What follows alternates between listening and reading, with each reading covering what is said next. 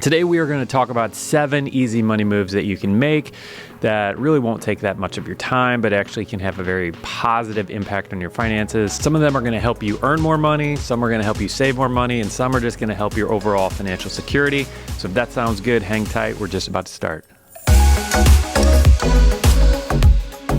So as we're going through this, I will try to link up everything that I can. And so I'll have links down in the description for sure. And I'll try to have links up above whenever possible. So these are 7 of my favorites, but I'd love to hear from you as well. So leave comments down in the comment section down below and let me know what I missed, what you would add to this list.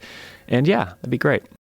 So first on the list is checking your credit report. Now this is something that we should be doing about annually, especially if we plan on buying a house, buying a car, making any big purchase like that. It's good to know what's going on in your credit report. I have had some terrible mistakes on my credit report and it took a while to get them fixed. So staying on top of that is a really good exercise to do. And there's a website called Credit Karma, which allows you to check this for free. There's another website called Annual Credit Report, which allows you to check it as free as well. But I like Credit Karma a little bit more because it's a little bit easier to use, a little more polished, and they have a whole bunch of other things that they do at Credit Karma, and it's just a good, enjoyable website, which is one of those things you don't hear all the time when you're talking about a financial website. And while they do offer certain paid products, you can get your credit report with them completely free, and you can also actually check your credit score for free as well, which is a rare thing. Most places you actually have to pay to check your credit score. So anyway, if you haven't checked your credit report in a while, definitely do that. It won't take you very long at all, and it's just a good kind of financial move to make. And next on the list is to get started investing. And so you might be thinking, what I was thinking a long time ago is I don't have money to get started investing. You need like $1,000 or something to start investing. And that used to be the way that it was. And in fact, in some cases, you needed more depending on what your investment was going to be. But I love some of the new apps that have come out, and there's an app called Acorns that I have just been really digging a whole lot. And basically what they do is they allow you to get started investing with no money. And so I'll tell you how this works because it sounds like, yeah, okay, yeah, right. And the gist of it is that they take the roundup idea. So like sometimes you might go to the grocery store and your bill might be $15.50, and the cashier will ask you if you want to round that up to $16 and maybe donate that 50 cents, okay? And so they're taking that idea and helping us invest with it. So the way that it works is you and I just go about our everyday spending, and they will automatically round up every purchase to the next dollar amount and then take that whatever, that 50 cents, 75 cents, whatever it is, and then invest that for us. So it's a relatively, pretty much as painless as it can be way to get started investing. And so you barely even notice it. Now, it's a super simple site. It's designed for brand new investors. There aren't many investment options. You can't pick stocks. Basically, they have 3 different investment categories based on your risk tolerance. So you can take more risk, or you can be moderate, or you can be really conservative with your investment. And that will affect your earnings, So if you take more risk, you might lose more when the market goes down, but you will probably earn more when the market goes up. And on the other hand, if you take the less risky option, you're not going to make as much when it goes up, but you're also not going to lose as much. So the stock market is always going up and down, and you never know what's going to happen, but that's what makes it an investment. But if you are interested in getting investing, if this is something you want to do and you don't have a lot of money to do it, this is by far my favorite way that I've found to do that. And at the time of this recording, they have a $5 sign-up bonus for any new customers. So if you use our link, you can get that $5 bonus, and then we will get a $5 bonus as well. So thank you in advance for your support if you do choose to use that link. And it gets you started even with $5. And so that's one simple thing you can do today to start moving forward financially. Next on the list is to save $18,000 with a few hours of work. And before you turn the video off, let me explain. This is something that sounds too good to be true, but it really is a big opportunity for tons of us to save a whole lot of money. Now, the gist is there's a website called Credible, and what they do is they refinance your student loans. So if you have 3 different student loans that you're paying 6-8% on, what they're going to do for you is consolidate those loans and reduce your interest rate. And so over the life of that loan, their average customer saves $18,000 by doing this. So the way I would think about this is I can spend a few hours and that will earn me the equivalent of a new car. And if you think about that, it's like, all right, this might be worth the effort of pursuing and diving in and seeing how much I can actually save. And this is another one of those sites where they have taken this whole thing and just made it so user-friendly, so simple, so quick. And so even on the homepage, they walk you through this and just show you what the process is like and how quick everything's going to move. And so what I would do if I still had student loans is I would go pull out my statement for my student loan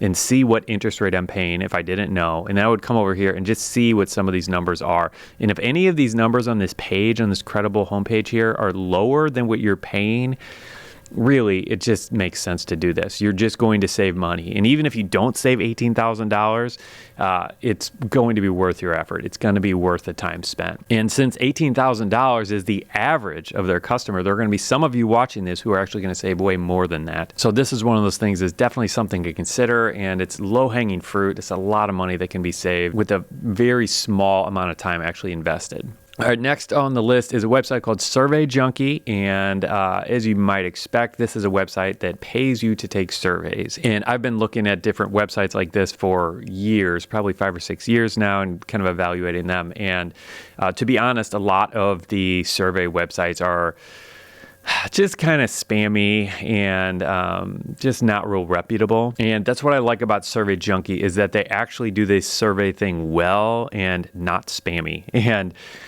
if you go through some of those other sites and then you go do Survey Junkie, you will know exactly what I mean. It's just a completely different experience.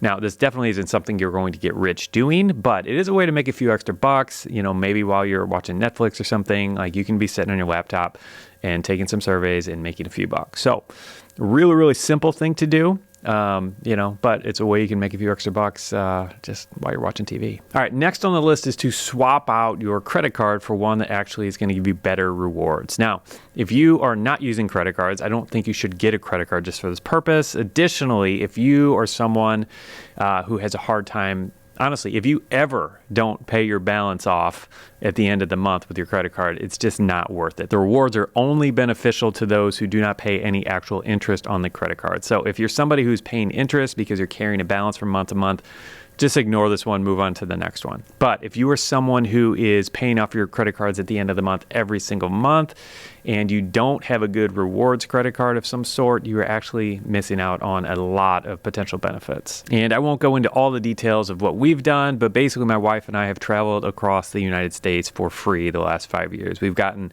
over 100 flights via Southwest, and we've gotten over 100 nights, hotel nights at Hyatt hotels, all from credit card rewards. And this stuff really does work, but you have to use the right cards and you have to know how to use them and then how to redeem the points. And I've simplified this as best as I can. I wrote an article on the website that I'll have linked up where we talk about how we travel for free, the specific cards that we use, and how we do that. And so even if travel isn't your thing, on most of these cards, you can get some sort of cash back bonus. Some of them will give you credit at Amazon.com that you can spend. So there's a variety of different types of rewards that you can get. But I'll tell you this, the rewards from one credit card to the next are night and day. So having the right credit card is incredibly important if you actually want to benefit from this. So I used to have my old bank's credit card and they had some rewards, but it would take me like an entire year just to get a toaster or something. And if you're using the right cards for your spending, you're going to find that it is very, very different. All right, next on the list is to get life insurance if you don't have it, or update it if you've had some major life changes. And I'll just run you through a couple of those real quick. We wrote an article about this a little bit, but if your income has changed, if you've gotten a big raise or it's dropped off a lot, that's something you might want to consider. If your health has changed, negatively or positively, if you were really unhealthy and you've gotten better or vice versa, that's something that you should consider. If you've lost a whole bunch of weight, like all of these things are going to affect your life insurance rates. If your family status has changed, if there's been a divorce or anything like that. So if your housing situation has changed, so maybe you moved from renting to now you own a house, or maybe you've even paid off the house. So either way, it will affect how much life insurance you might need, or if some of your beneficiaries have changed and you haven't updated your life insurance policy since, it's definitely something that you should consider doing. Now, life insurance websites can be very dry and boring, but another good one I found is called Policy Genius, and I enjoy their process. They make it really simple and easy to get quotes.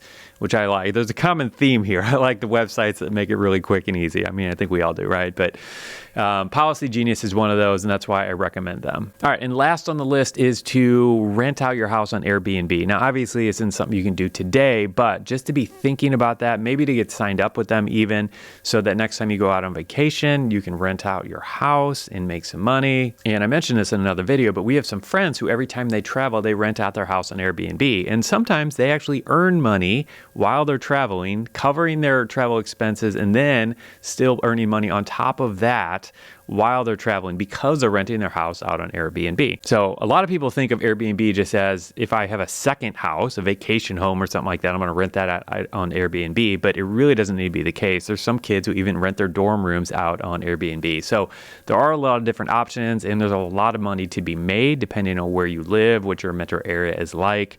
So that's definitely something to consider as well. Now, I hope you found this helpful. And what we do on our channel is we talk about practical stuff like this to put more money in your pocket, but then we also talk about timeless biblical principles on how to manage our money wisely. I have found that God's ways of handling money far supersede everything that I was taught growing up. And we talk about a lot of that stuff on this channel as well. So if that sounds good to you, definitely hit the subscribe button so you can hear from us as we create more stuff. If this was helpful and you got some good ideas, we'd love it if you could leave us a like down below. Any comments are welcomed as well. I'm happy to get back to you on any questions that you might have. And if you haven't already, head over to SeedTime.com so you can get your free email course from us on how to master your money using biblical principles. So that's all for today. Have a great rest of your day. Adios.